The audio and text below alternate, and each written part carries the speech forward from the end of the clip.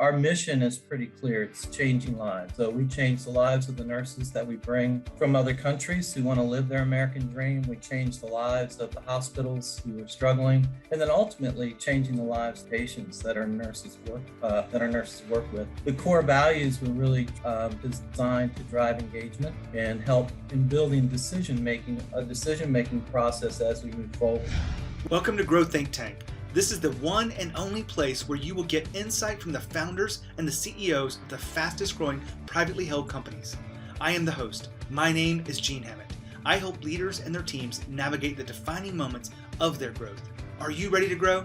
Fast growth companies are different than their peers. Fast growth companies have some principles that we share throughout this podcast. And today we look at values-driven organization. We look at mission as well, but we really dive into what does it take to live by the values that you have as a company and what it means to be a values-driven organization and how that drives growth. Today, our guest is Brian Hudson. He's a senior VP of sales and marketing at Avant Healthcare Professionals. And he shares why a mission-driven company and a values-driven company are so important to their success. They're a 7-time Inc. company. He came in when they were about 12 employees, or over 200 now, and he really believes in what it takes to align people together, create a place where values are a central point, and allow people to move together. In fact, he shares stories about how one of their values, integrity, became into play as they had to shift in the light of COVID. The value of integrity was something that you don't really think about that much, but when people were going home and working and had to be productive on their own time, it got to be a little bit of in question. But the right people understood that integrity was doing the right thing, doing what they said they would do.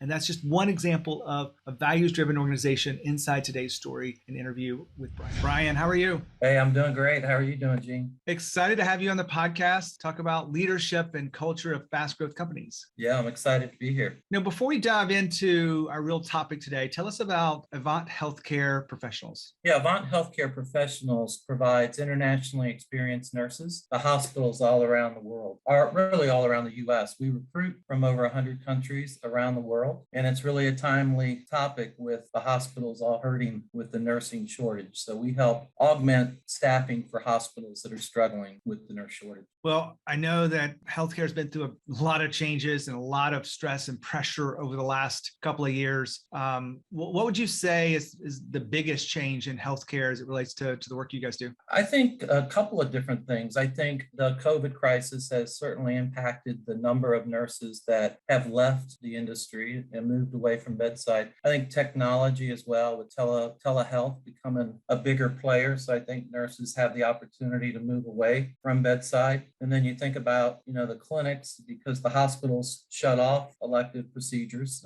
through COVID. I think you've seen a growth in the ambulatory care centers and clinics. So nurses have the opportunity to work outside of the hospital. Well, we all know that we bless these people that are doing it. Bless your work for making sure that they're safe and we get the care we need. And I know we're still not out of it as we record this today. Yeah, no, you're absolutely right. Brian, we look at fast growth companies, we study them. We've had hundreds of interviews with people. You work with this fast growth company as a VP of sales and marketing. You talked about the core values and being a mission-driven company. Give us an idea of why those elements are so important as the company has scaled to where it is today. Yeah, I mean, when I started in 2009, we had 12 employees. And really at that point, we really saw the need to define core values. Our mission is pretty clear. It's changing lives. So we change the lives of the nurses that we bring from other countries who want to live their American dream. We change the lives of the hospitals who are struggling, and then ultimately changing the lives of patients that our nurses work with. The core values were really designed to drive engagement and help in building a decision-making process as we move forward. Tell me a little bit about the mission, and then we'll dive into the values.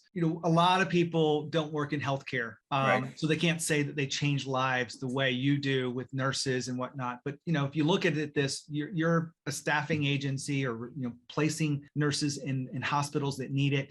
You are just a traditional work. You're not on the front lines yourself, Brian. No offense. Right. But for a reason, for a reason, I'm not. Well, they wouldn't let you do that.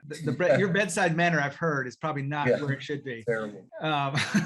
All jokes aside, the mission of the company, why is that such an important force inside of growing the company? Well, I think people come to work. It creates a level of engagement and especially today, I think people want to work with companies that have a mission and a purpose that's maybe bigger than themselves. So the idea of changing lives really resonates with employees that we bring on board. And this year, we've really started to use it as well in our marketing to our clients, because ultimately, at the end of the day, it's the hospital that's helping change the lives by bringing these nurses and hiring them in. So it's together, we're all changing lives. So it really just creates a level of engagement for employees as well as clients. How does that play into the ability to attract talent to you? Because it's a competitive world that you're in. There's many people that do what you do, but having a mission that people are attracted to is a way to differentiate yourself. Have you seen a difference in mission-driven companies versus not in your market? Yes, we clearly, and we did a survey some time ago, and I think it was well over 60% identified the mission as the number one reason they joined and the number one reason that they stayed with company. Because you have other factors, especially in a competitive market, that people, outbidding each other for talent, got organizations clearly trying to find their way. So to have that glue of that mission and that changing lives theme really helps us across the board. Now, Brian just talked about their mission to change lives, which is very similar to my mission. I really want to change the world through extraordinary leadership. Let me explain that. I'm not interested in just companies making more money. I had a client the other day that sold their business for $24 million. And I love to be able to be a part of something like that. And it's exciting. But what I really love more is changing the lives of those people so that they're as confident as they can be. They're courageous. They become extraordinary leaders. And I know that that makes a difference, because you see results like people selling their business for $24 million. But you also see cultures that are improving and feel empowered, a sense of ownership. It really is great to be a part of all of this work that I do. And my mission of changing lives through extraordinary leadership really is my purpose in life. I appreciate you listening into this podcast and helping me share that with others. But if I can help you in any way, make sure you reach out to me. I'd love to help you become the extraordinary leader that you know you can be. Back to Brian. Now that gets in the heart of what really missions are supposed to do. They're supposed to attract the right people and repel those that aren't into this. If they're just in it for the money, I would imagine that they're probably not into changing lives the way your company states it. Even though the nurses kind of got into their profession probably to change lives at their core, but some of them are chasing the dollars, I would say. Oh yeah. Yeah. My son-in-law is a travel nurse, and he's out in California now doing just that. So, and then when you look at our core employees in our corporate office, and again, I think we started with 12, we're well over 200 now. Core values then really help create the norms and the behaviors of how our company works. So you've got the mission at the top that's attracting and engaging, and then you got the core values that are really building alignment. Well, good segue right into the values. I've had hundreds of conversations about companies with values, because fast growth companies understand the importance of values. Slower growing companies think it's something nice to do, or something they put pretty words on their wall, and they don't really live by it. They just show up to do work. What would we see inside your organization that might surprise us as it relates to values? Well, we do have them on the wall. We do have them on our laptops and our computers, but we do a lot of different things with core values. One of the biggest things, and we do a quarterly meeting, staff meeting, and we do core value awards where employees can nominate other employees for core value awards. So for example, passion, teamwork, adaptability, integrity, those are all part of our core values. So someone would nominate a coworker for an integrity award. And then we have stars made up that have their name in the core value award that they were nominated for. So we do a lot of celebration around the core values. I love the celebration part of it. There's much more to it, but if we looked at this celebration piece for a second, you chose to go employee-based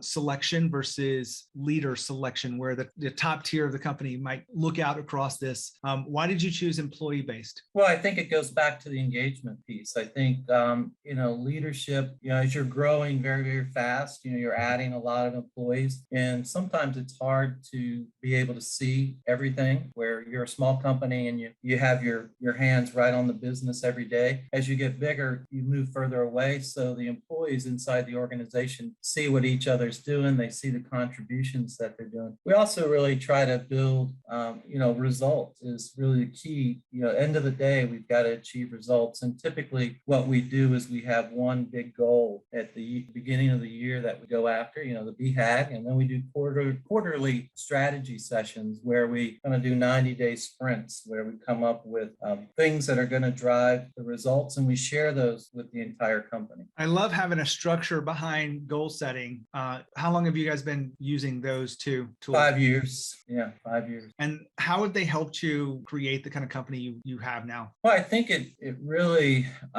is something that just helps the leadership team get aligned and focused. And it's a reminder of our mission of changing lives. It's a reminder of our core values. But in setting those goals and creating tactics to achieve those results, it just has given us clear definition. Or sometimes if you go too long without that strategy piece, you spend more time working in your business rather than working on your business. So it's really allowed us to step back for a couple of days, evaluate where we're at, and then move forward aligned. If you are listening to our podcast and you are a little concerned about what is next for you, maybe you realize that you're getting in your own way. You know that you work in the business too much and not on the business, and you aren't evolving as a leader, and you get in your own way a number of different ways, but I can help you get out of that way. I can help you identify what it really is. I've spent the last 10 years really understanding the leaders of fast growth companies, working with their teams, senior level leaders, and coaching them. And I can help you too. This is absolutely free. It's a benefit to my audience. Most people don't take me up on it because they think I'm not serious, or maybe they think that they're too busy for this. But here's the real truth. If you don't take time to sharpen the axe, as they say, you'll never get as much done. You'll never be as productive. You'll never reach the impact. You'll never be the leader that your team deserves. I want to help you figure out what's getting in your own way, what your blind spots are, and I can do that in one call. We can do it quickly, but I'd love to get to know you, get to know what's really going on, and then help you assess, create a game plan. And I'm not here to sell you anything, but I build relationships this way. And some of these people become clients, which is great, and others become voices out there to help me spread the word. I'd love to give you that time with me. Just go ahead and apply at genehammett.com,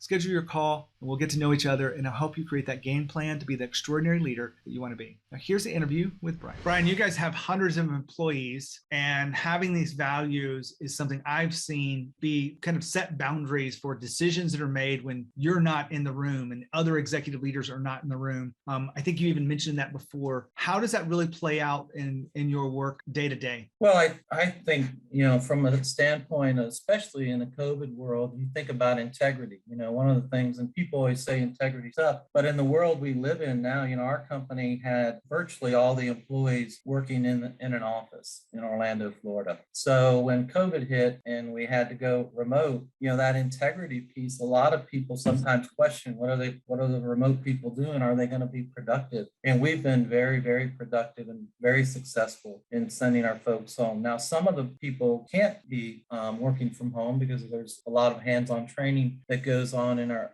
company. But I think, that's one way where the company has had to go back on that core value of integrity when we talk about trust. So being a hybrid company, I think a lot of companies are trying to, have lived with it for a while, but also trying to figure out what does the future look like? Are you guys going to continue to be a hybrid company moving forward? Yeah, I think so. I think we've had great success through the pandemic. There certainly will be parts of the company that cannot go remote, but in areas where we feel we can. And currently my team, they actually came up with the hybrid model. They work a couple of days in the office one week, they rotate, and then maybe 2 the next week. So they take turns. So it's worked out really well because you still want to have that. And I think a lot of companies are worried about if we're not all in the same building, we're going to lose that collaboration piece. The same thing I mentioned on technology, though, earlier with the nursing field, applies to our business. Technology has really advanced, when we think about Teams and Zoom and all the ways we can communicate and collaborate with each other. So it's been a fun ride for us. I want to switch gears, Brian, because we've been talking about the company level. You as a leader have had to evolve as you lead a company that goes from 9, 10 employees down to, to over 200 employees now, making the Inc. list 7 times. What are some of the inflection points of your change of leadership approach? Yeah, that's a good question. I think the trust piece has been a big one that comes to mind. Also, continuous improvement in everything that we do. So not settling or standing pat, and that's why those quarterly strategy sessions help us keep the ball moving forward. So it's really trusting the team, utilizing the technology. Again, I'm not a big technology person, so my adaptability in terms of embracing the technology is one of the biggest changes for me. I think as a company, when you're growing fast, I think the challenge is staying in front of the hiring. You're growing at a very rapid rate. And are you bringing in people that can help support that type of growth? Because what will happen is if you don't continue that hiring and staying in front of it, it can really put pressure on the team that you have currently. Now, Brian just talked about growing fast and staying in front of hiring. Now's the time for you to reflect on how you're staying in front of the hiring process for your company, how you are being intentional as a leader. Not what you do. How are you being intentional as a leader to hire the best people? What are the things inside the organization, the culture, that attract people to you? Are your employees referring your best talented people to you for interviews? Well, if they're not, there's something wrong. Now, if they are, there's a lot of other things that you can be doing to be intentional about the hiring process in your company. Right now, we have an incredible problem with hiring and making sure that we attract the right talent. And I want to help you figure out what is next for you. If you have any questions about that, reach out to me. Now back to Brian. Speaking of hiring, it's probably one of the biggest challenges in today's workforce. What could you share with us about what you guys are doing to attract the top talent? Yeah, well, we do a lot of local market branding, again, around the changing lives themes. And we try to let people know in the Orlando market what we're doing from a community standpoint, but also how we're impacting the nationwide shortage. It's really tough when you are in competition with a lot of great companies that are based in Orlando. But we've done some things to streamline our recruitment process. We have a quick application rather than having somebody spend 30 minutes filling out the whole application. More of a quick application where we can screen them, and if they're the right fit, then we can move them to the application stage. Love that. I think timeliness. If you're waiting a week to give an offer, the person's going to be gone. Well, and no one probably wants to fill out those things, even though I haven't done this in years and years and years, fill out anything online for a job application. But I can imagine streamlining that process has improved your ability to attract people. Yes, it has. Brian, when you look at, all the things that we've talked about today, and I'm sure we've left out something that you feel like might be critical to the success of a fast growth company, what would you say we should leave on the conversation? I just think with where we're at today, the future is not predictable. It's very difficult to forecast. So, where is your next business opportunity? How are you going to maybe move into another line of business? Whatever the case may be, but how are you going to be able to be agile as you move forward in a very uncertain time? Well, we can't leave without you trying to answer that question for yourself. How are you as a leader looking and preparing for the next opportunity and being agile in this crazy world? Yeah, we're really looking at, as I mentioned earlier, the technology piece, the telehealth. I think you'll see, hospitals are wanting to get patients out of the hospital quicker. So, they're sending people home earlier than they may have in the past. So I think there's a huge growth opportunity in home health. And really, as the baby boom age continues to need more healthcare, there's going to be lots of growth opportunities in the healthcare space. Brian, I appreciate you being here on the podcast, sharing this wisdom and your story. Hey, thank you. Take care, Gene. I want to wrap up here because what I can really assess from this conversation with Brian is something I think you should understand as a leader, that the future is uncertain. And that's one reason why you want to make sure you have a clear mission that aligns people together. You want to take the time to do it. You want to hire people based on that. You want to market and brand, attract top talent based on that mission. You also want to make sure you're living the values of the company, not not just sometimes, but all the time. You're rewarding, you're having conversations, you're helping them make decisions through all of the values that you have. And you make sure that you are truly operationalizing them across the company, because those times when you aren't holding people accountable to the values, they begun to slip. And so, this company Avant has made the Inc. list 7 times. They'll probably continue to make it because they understand the value of people. And that's what this podcast is really about, is leaders understanding the value of people. If you want to be clear about what your next move as a leader is, we do assessments, we do conversations where we can help you find the blind spots, help you really understand what's next for you as a leader. Most people don't even realize what is next. They just show up for work. And I want to help you figure that out for yourself. And all you have to do is go to genehammett.com, go to schedule your call, and I'd love to talk to you about what your next step as a leader is. Get a game plan. I promise to sell you nothing. Just go to genehammett.com. Look forward to talking to you soon. When you think of leadership and you think of growth think Think Tank. As always, lead with courage. We'll see you next time.